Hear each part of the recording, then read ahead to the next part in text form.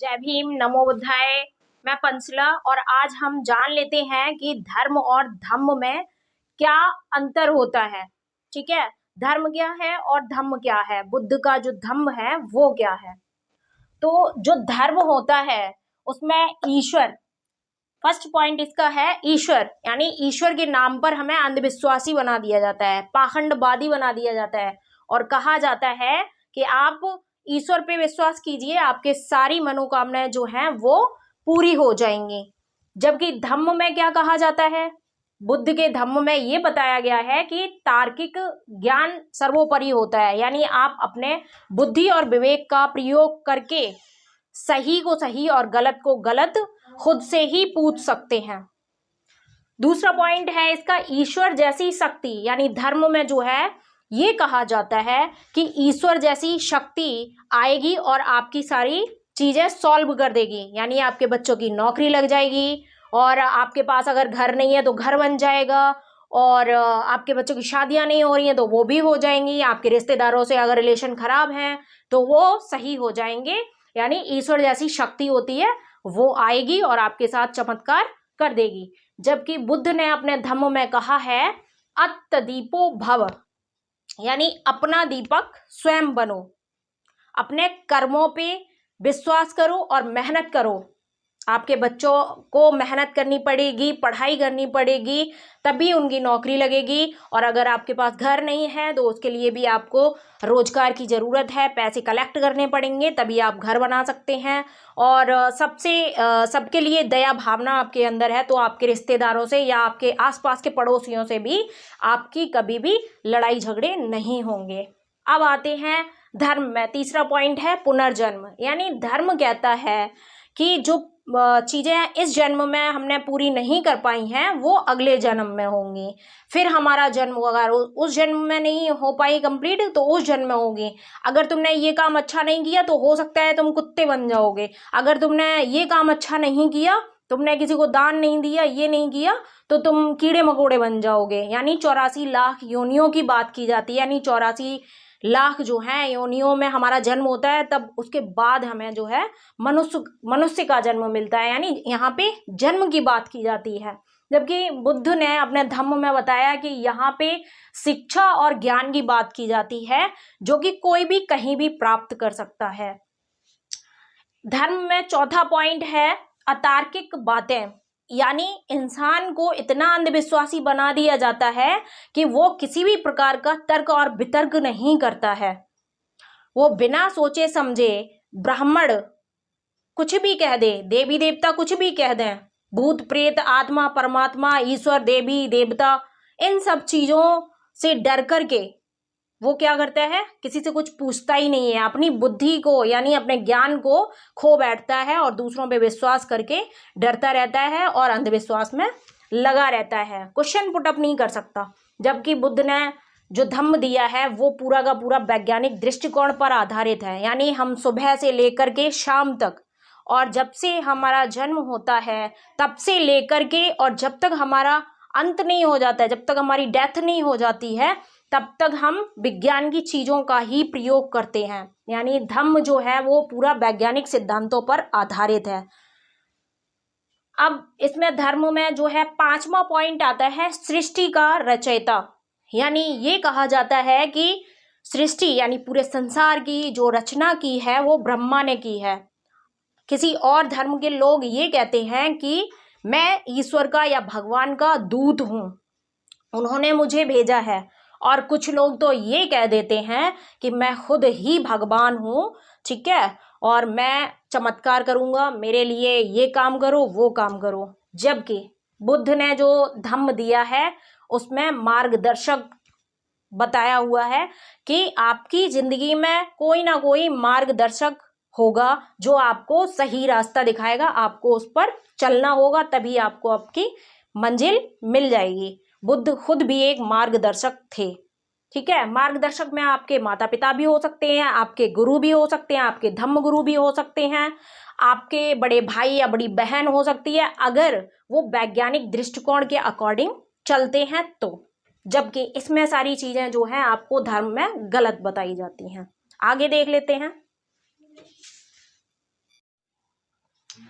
धर्म में next point है धार्मिक नियम। यहाँ पर इंसान के लिए जो है धार्मिक नियम बना दिए गए हैं। वेद, पुराण, उपनिषद, शास्त्र, मनुस्मृति, गीता, रामायण, महाभारत, न जाने कितने ग्रंथ बना करके तैयार कर दिए गए हैं और कहा गया है कि ऐसा अगर करोगे तो ऐसा होगा, ऐसा करोगे तो ऐसा होगा। मतलब इंसान को सोचने समझने के लायक ही नहीं रहने दिया जाता है। धार्मिक नियम लागू कर दिए, ठीक है।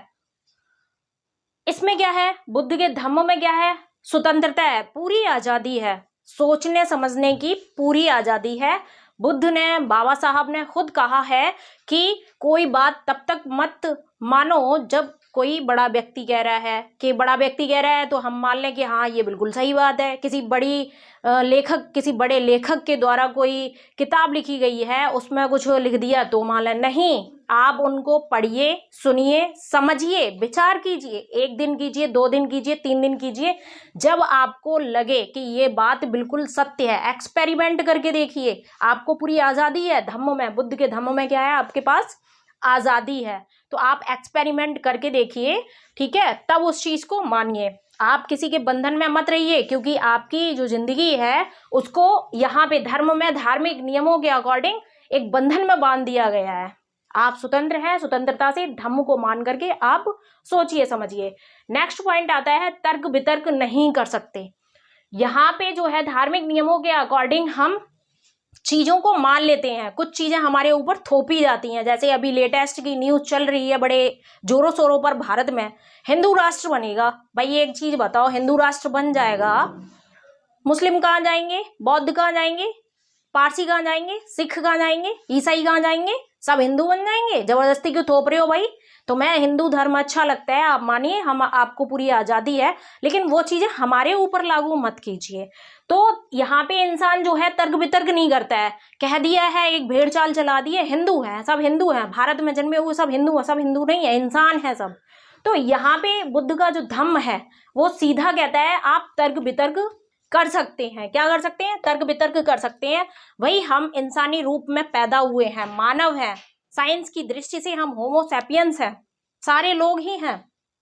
तो यहाँ पे तर्क वितर्क आपको नहीं करने दिया जाता है धर्म में।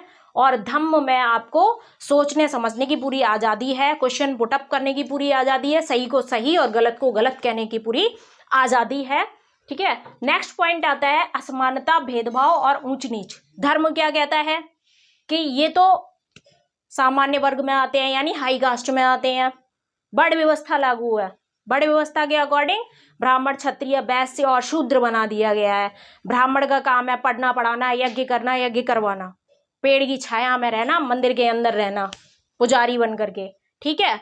और क्षत्रिय उनकी सुरक्षा करेगा, वैश्य उनको कमा करके पैसा पहुंचाएगा, शूद्र क्या करेगा, इन तीनों की सेवा करेगा। तो इन्होंने भेदभाव बहुत बड़ा किया है, ऊंच नीच बहुत बड़े पैमाने पर इन्होंने फैलाई है। शूद्रों के गले में हांडी, कमर में झाड़ू बंधी हुआ करती थी, ठीक है। उनको जानवरों की तरह रखा जाता था, उनके साथ जो है व्यवहार भी जानवरों की तरह किया जाता था।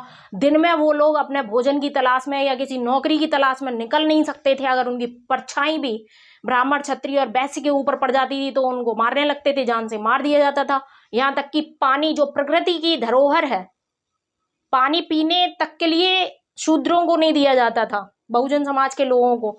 तो धर्म ने हमेशा असमानता, भेदभाव और ऊंच नीच ही फैलाई है, जबकि बुद्ध ने अपने धम्म के द्वारा ये कहा है कि सभी एक समान है, यानी मनुष्य में किसी भी प्रकार का कोई भी भेदभाव नहीं है, किसी प्रकार की ऊंच नीच नहीं है, किसी प्रकार की असमानता नहीं है, सभी एक समान है। भाई सबका जो बॉडी है, ह्यूमंस का जो बॉडी है वो 206 हड्डियों से मिलकर के बना है।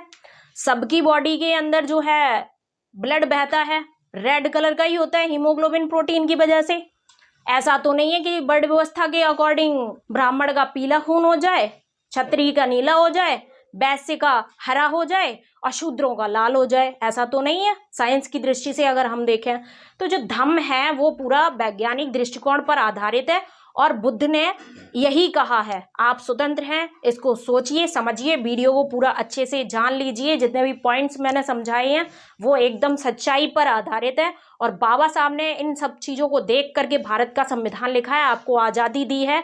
और कुछ स्वार्थी लोग आज भारत के संविधान को पूरी तरह से लागू नहीं कर रहे हैं, क्योंकि उनकी जो धर्म की चीज़ें हैं वो नष्ट हो जाएंगी, उनका धंधा जो है वो बंद हो जाएगा।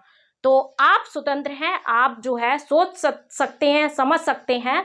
ऐसा मत सोचिए प्रधानमंत्री जी ऐसा कह रहे हैं, बहुत बड़े आचार्य जी ऐसा कह रहे हैं, जगत गुरु जी ऐसा कह रहे हैं। आप खुद भी तो सोचिए, आपके पास भी तो दिमाग दिया है नेचर ने।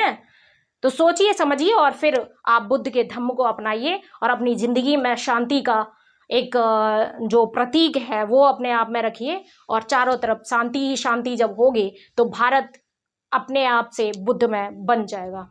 जय भीम, नमो बुद्धाय।